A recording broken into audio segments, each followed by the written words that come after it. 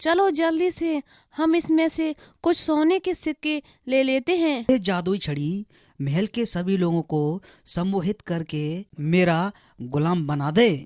बाबा के इतना बोलते ही महल के सभी लोग बाबा के बस में हो जाते हैं। हा, आज से मैं हूँ इस महल का राजा।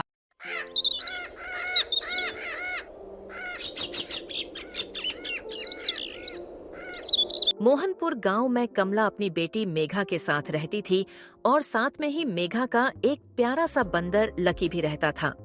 कमला एक लाचार और बेबस विधवा महिला थी, क्योंकि कमला के पति का निधन एक दुर्घटना में हो गया था। पति की मृत्यु के बाद कमला ने ही मेघा का पालन पोषण किया था।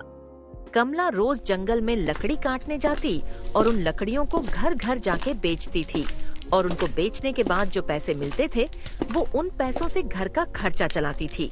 मेघा बेटी, मैं लकड़ी काटने जा रही हूँ, तुम घर ही रहना लकी के साथ। माँ, मैं और लकी भी आपके साथ आपकी मदद करने चलते हैं।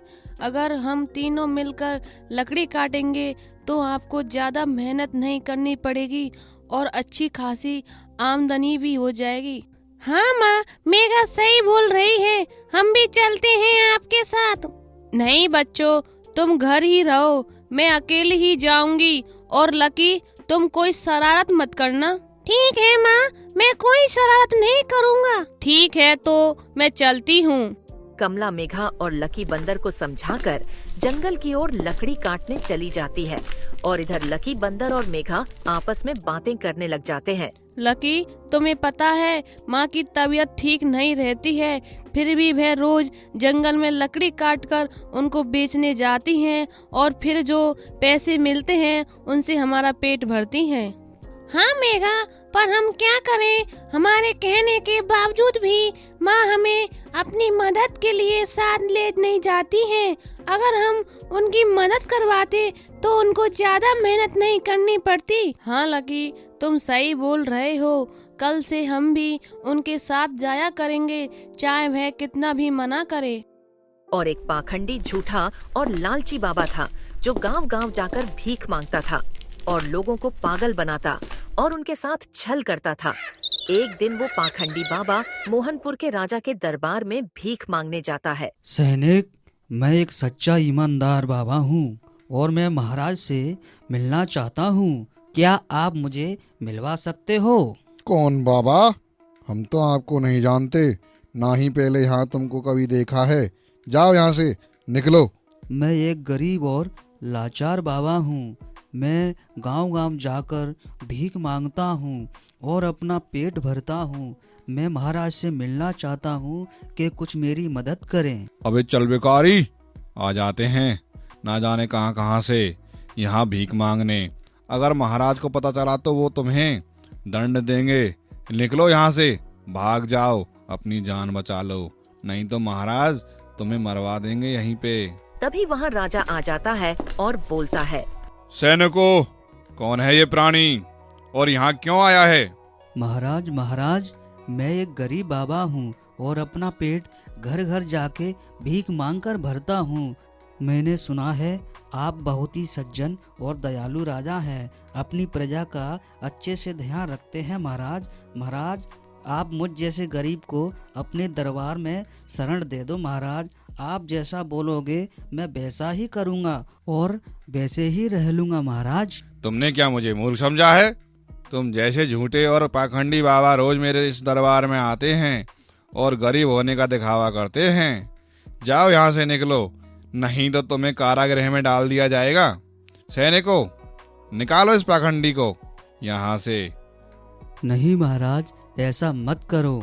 आप बोल रहे हो, मैं ऐसा नहीं हूँ। मैं एक सच्चा और गरीब बाबा हूँ महाराज, जो गांव-गांव जाकर भीख मांगकर मैं अपना पेट भरता हूँ। महाराज, मैं बहुत अच्छा आदमी हूँ। महाराज, मुझ पर विश्वास करो। सैनिकों, तुमने सुना नहीं मैंने क्या कहा? निकालो इस झूठे और पाखंडी बाबा को। सैनिक उस बाबा को बाहर निकाल देते हैं तो बाबा गुस्से में लाल पीला हो जाता है और बोलता है, महाराज, तुमने ये अच्छा नहीं किया।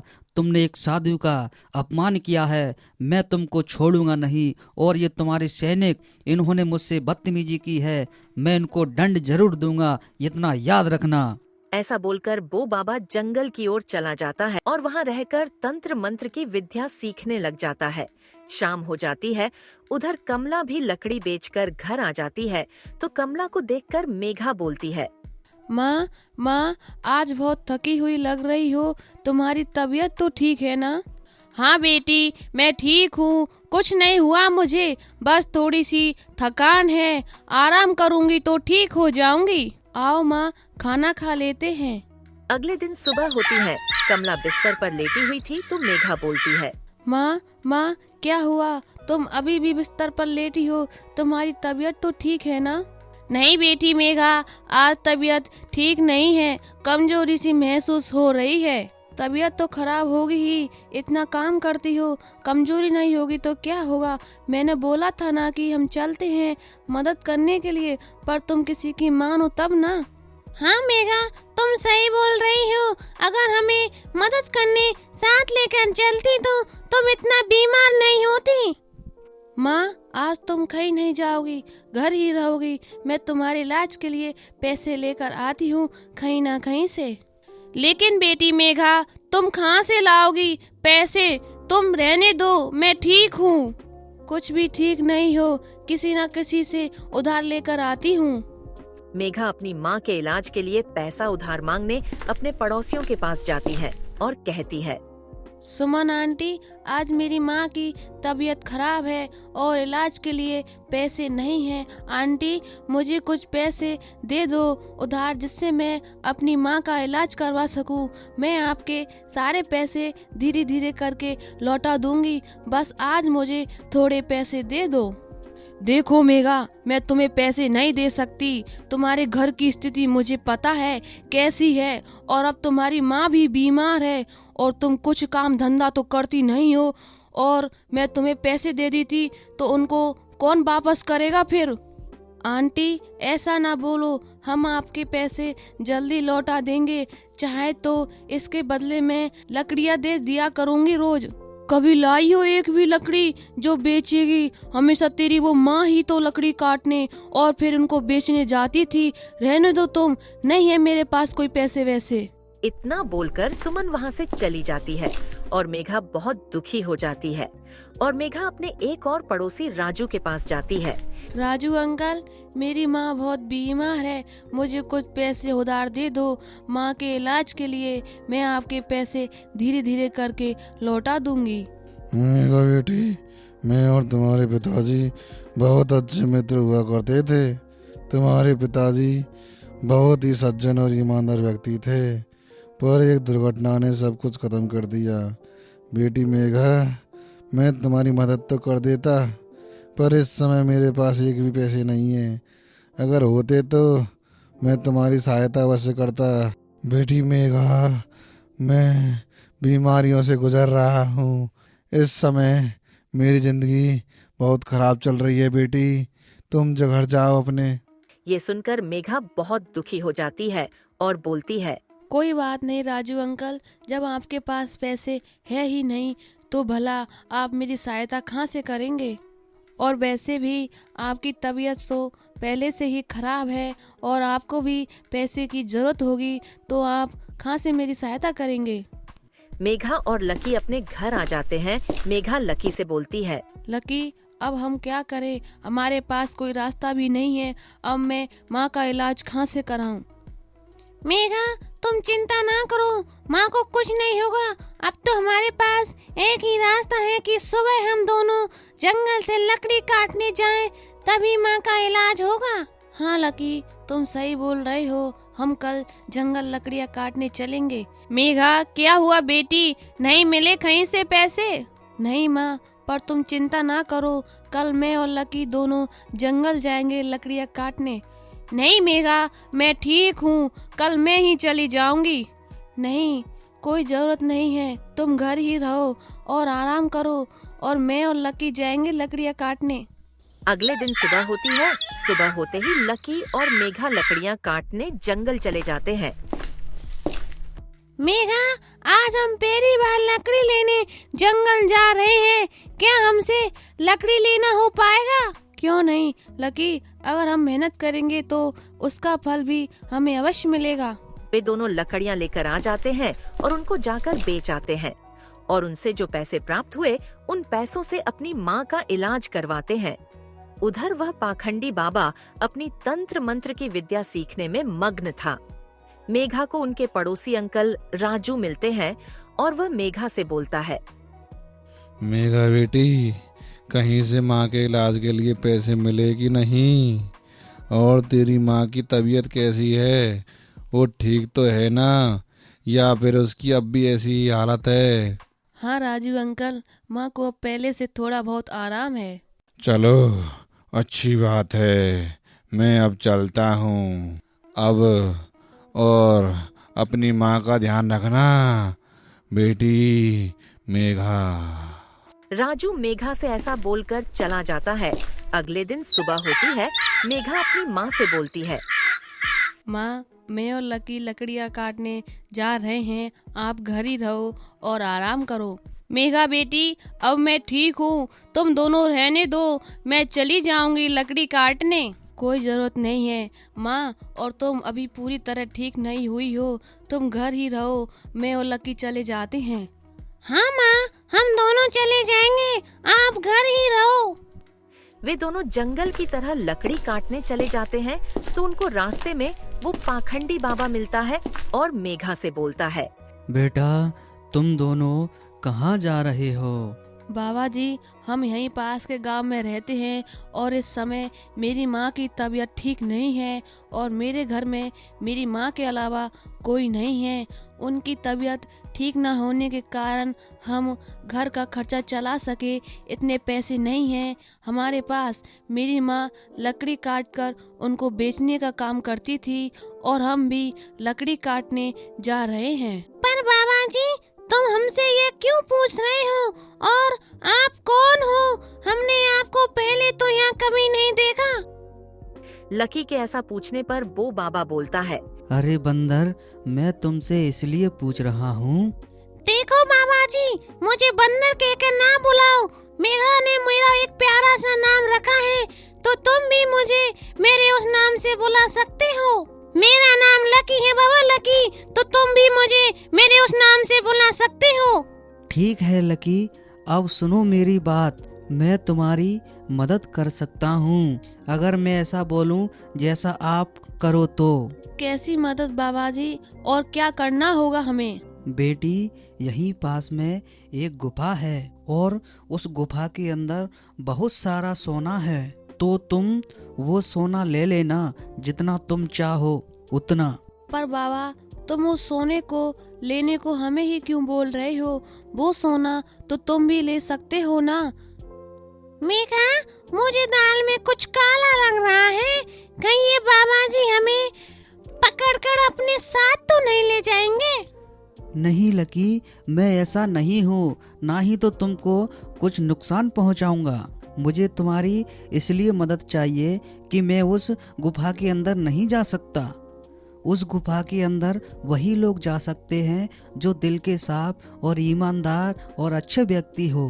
तुम दोनों बिल्कुल ऐसे ही हो, इसलिए मुझे तुम दोनों की मदद चाहिए, जिससे तुम दोनों को भी लाभ होगा। पर बाबा, इससे तुमको क्या लाभ होगा? क्योंकि सोना लेने की तो तुम सिर्फ हमसे बोल रहे हो, तो तुमको नहीं चाहिए सोना? नहीं, मुझे सोना नहीं चाहिए, मुझे तो बस एक छड़ी चाहिए। छड़ी? कैसी छड़ी बाबा? तुम अंदर जाओगे तो तुम्हें बहुत सारा सोना और एक चमकती हुई छड़ी दिखाई देगी। मुझे तो बस तुम वह छड़ी लाकर दे देना, मैं तुमको अपने जादू से अंदर भेज दूंगा। पर तुम उस छड़ी का क्या करोगे बाबा जी? कुछ भी, तुम ये सब छोड़ो। लकी, तुम चुप रहो, हमें उस छड़ी से क्या, हमारे लिए तो वो सोना ही काफी है, जिससे और अच्छी तरह से माँ का इलाज कराएंगे। और पर हम में से किसी को भी लकड़ी काटकर उनको बेचने की जरूरत ही नहीं पड़ेगी। बाबा, तुम जैसा बोलोगे हम वैसा ही करेंगे। ठीक है, तो मैं ये जादुई पानी आप दोनों के ऊपर डालूंगा और तुम गुफा के अंदर चले जाओगे और तुम उसको हाथ में लेना और छड़ी से बोलना कि हमें बाहर पहुंचा दो, तुम बाहर आ जाओगे। ठीक है बाबा जी। वे दोनों जाने के लिए तैयार हो जाते हैं। बाबा उनके ऊपर अपने कमंडल से लेकर जल डाल देता है तो वे दोनों गुफा के अंदर प्रवेश कर जाते हैं। लकी, ये गुफा तो बहुत ही बड़ी गुफा है। इस गुफा के अंदर हमें कहाँ से सोना मिलेगा? हाँ मेघा, ये गुफा तो बहुत ही बड़ी गुफा है, मुझे तो बहुत डर लग रहा है। वे दोनों अंदर की ओर चलते ही जाते हैं। तभी उनको एक खरगोश दिखाई देता है तो मेघा बोलती है, अरे ये देखो लकी, ये तो एक खरगोश है और इसके मुंह में तो सोने का सिक्का भी है। हाँ मेघा, पर ये खरगोश इस गुफा के अंदर क्या कर रहा है?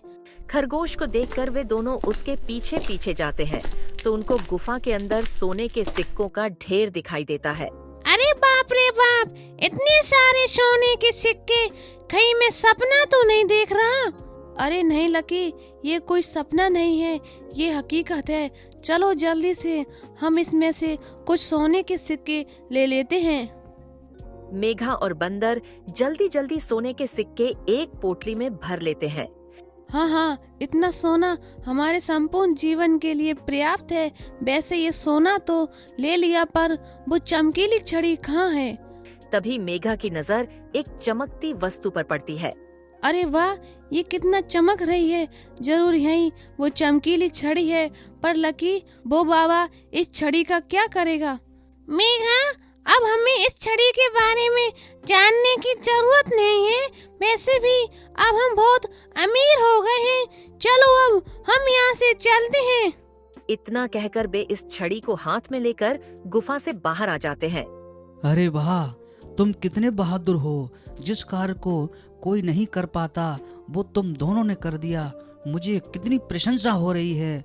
लाओ लाओ बच्चों, ये छड़ी मुझे दे दो अब। इतना कहते ही वह बाबा छड़ी को ले लेता है।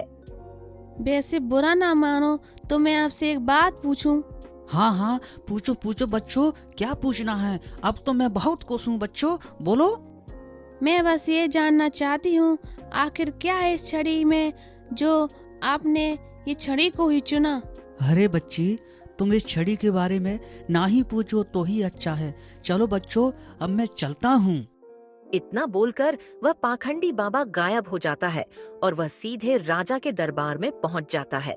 आहा, देख दुष्ट राजा, तुमने मुझे यहाँ से बेइज्जत करके बाहर किया था, अब मैं वापस आया हूँ। देखो मुझे, ये खड़ा हूँ तुम्हारे सामने। अब तू मेरा कुछ नहीं बिगाड़ पाएगा। सैनिकों, पकड़कर इस पाखंडी बाबा को कारागृह में डाल दो। इसके 100 कोड़े लगाओ और नमक मिर्च भुरक के इसको कुत्तों पे चटवाओ। हे दुष्ट राजा, अपनी जवान को लगाम दो, नहीं तो यही भस्म कर दूंगा तुम्हें। हे जादुई छड़ी, महल के सभी लोगों को सम्मोहित करके मेरा गुलाम बना दे। बाबा के इतना बोलते ही महल के सभी लोग बाबा के बस में हो जाते हैं। सैनिकों, इस घमंडी राजा को अभी ये समय बंदी बना लिया जाए और इसे कारागृह में डाल दिया जाए। इसके ऊपर 100 कोड़ों की बरसात किए जाए। आहा, आज से मैं हूँ इस महल का राजा। आज से इस राज्य में जो भी कार्य होगा वो मेरे मुताबिक ही होगा। अगले दिन सुबह होती है तो मेघा अपनी माँ को सारी बातें बताती है और बोलती है, माँ, अब हम बहुत अमीर हो गए हैं। अब हमें लकड़ियाँ काटने की जरूरत नहीं पड़ेगी, न ही किसी से उधार पैसे मांगने की जरूरत पड़ेगी। हाँ माँ, अब हम हकीकत में अमीर हो गए हैं। लगता ही नहीं है, ऐसा लगता है जैसे एक सपना हो। हाँ बच्चों, भगवान की कृपा से आज हमारे सारे कष्ट खत्म हो चुके हैं। भगवान उस बाबा का भला करे। मेघा और लकी जंगल की ओर जा रहे थे तो उनको गांव का एक व्यक्ति मोहन मिलता है। मोहन को उदास देखकर मेघा मोहन से पूछती है, अरे मोहन अंकल, क्या बात है, आप इतने उदास क्यों बैठे हो? तभी मोहन मेघा को बताता है, मेघा, हमारे राज्य के राजा को किसी पाखंडी बाबा ने अपनी जादुई छड़ी से बंदी बना लिया है। खुद राजा के सिंहासन पर बैठ गया है। अब वो राज्य की प्रजा को परेशान कर रहा है और भगवान ना जाने आगे क्या क्या अनर्थ होगा। और वह बहुत दुष्ट है। वह पाखंडी बाबा हमें भी परेशान कर रहा है बहुत ज्यादा, और भगवान ना जाने आगे क्या क्या अनर्थ करेगा वो। ये तो बड़ा ही गलत हुआ लकी। लकी, कहीं ये वो ही बाबा तो नहीं है? हाँ, मुझे लगता है वही बाबा है। उसने जरूर हमें उस जादू छड़ी के लिए इस्तेमाल किया था। अगर ऐसा है तो हम ये गलत काम कभी नहीं होने देंगे। हमको उस बाबा को सबक सिखाना होगा। हाँ, तुम सही बोल रही हो मेघा, तुम चिंता ना करो। उस छलिए बाबा को तो मैं देखता हूँ, जरा मैं भी तो देखूं उस पाखंडी बाबा को। चलो मेघा, हम चलते हैं वहाँ। वे दोनों उसे पाखंडी बाबा के पास पहुंच जाते हैं। उनको देखकर बाबा बोलता है, अरे बच्चों, तुम क्या कर रही हो यहाँ पे? बताने की कृपा करेंगे बच्चों। अरे लकी, ये तो वो ही बाबा है जिसको हमने वो छड़ी दी थी। हाँ, हमारा शक सही था, यही है वो पाखंडी बाबा। वैसे बाबा, आप इस राज्य के महाराज कब से बन गए? अरे बेवकूफ बंदर, सारी बातें बताना जरूरी है क्या? तुझे दिखाई नहीं देता क्या? मैं इस राज्य का महाराजा हूँ, महाराजा। पर बाबा, यह गलत है, तुम सही नहीं कर रहे हो। आप हमारे राज्य को छोड़कर चले जाओ। अरे मूर्ख लड़की, मैंने एक बार बोल दिया, तुम्हारी समझ में नहीं आता क्या? अरे तुम दोनों ने मुझे जादुई छड़ी लाके दी, इसलिए मैं तुम्हें कुछ नहीं कर रहा हूँ, नहीं तो मैं तुम दोनों को यहीं भस्म कर देता। इतना सुनते ही लकी बंदर उस बाबा की छड़ी को उठाकर ले आता है और बोलता है, यही है ना वो जादू छड़ी जिसकी सहायता से तुम इस प्रजा को परेशान कर रहे हो। मैं अभी इसको तोड़ता हूँ। अरे मूर्ख बंदर, वापस करो मेरी जादू छड़ी को। अगर मुझे क्रोध आ गया तो तुमको यहीं भस्म कर दूंगा। बाबा, अब तेरी दाल नहीं गलेगी, क्योंकि अब ये जादू छड़ी हमारे पास है। इसको तुझे हमने ही दिया था ना, तो इसको हम ही तोड़ देते हैं। हाँ लकी, तोड़ दो इसको, जल्दी तोड़ दो। अरे नहीं नहीं बच्चों, उसको मत तोड़ो, मुझे वापस कर दो उसे। मैं तुम्हारे आगे हाथ जोड़ता हूँ। लकी उस छड़ी को तोड़ देता है और उस पाखंडी बाबा की सारी शक्तियाँ खत्म हो जाती हैं और प्रजा के महाराज भी वापस सही हो जाते हैं और बोलता, सैनिकों, पकड़ो इस पाखंडी को और कारागृह में डाल दो। इसमें 1000 कौड़े लगाओ और खोलते हुए तेल में इसको डाल दो। इसकी रूहें कांप जानी चाहिए कि क्या होता है राजा को पकड़ना और बंदी बनाना। है सैनिक उस पाखंडी को ले जाते हैं और उसे कारागृह में डाल देते हैं। राजा मेघा और लकी से बोलता है, बच्चों, बहुत बहुत धन्यवाद तुम्हारा। तुम्हारी इस बहादुरी के कारण हम सही सलामत हैं।